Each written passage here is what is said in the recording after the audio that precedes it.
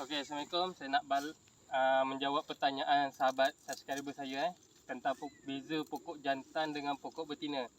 Okey, contoh ini pokok jantan tapi dia nampak normal. Okey.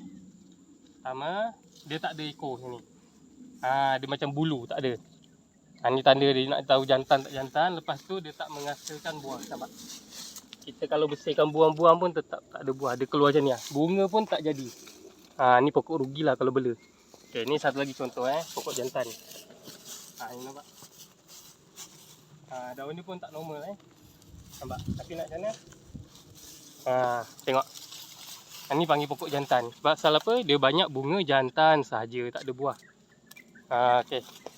Berbanding pokok betina pula, ni pokok jantan. Pokok betina contoh. Dia normal, cantik daun dia. Tengok ada buah. Ni.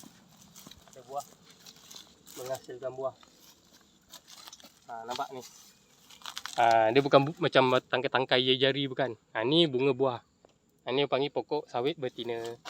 Okey, mudah-mudahan membantu anda lah.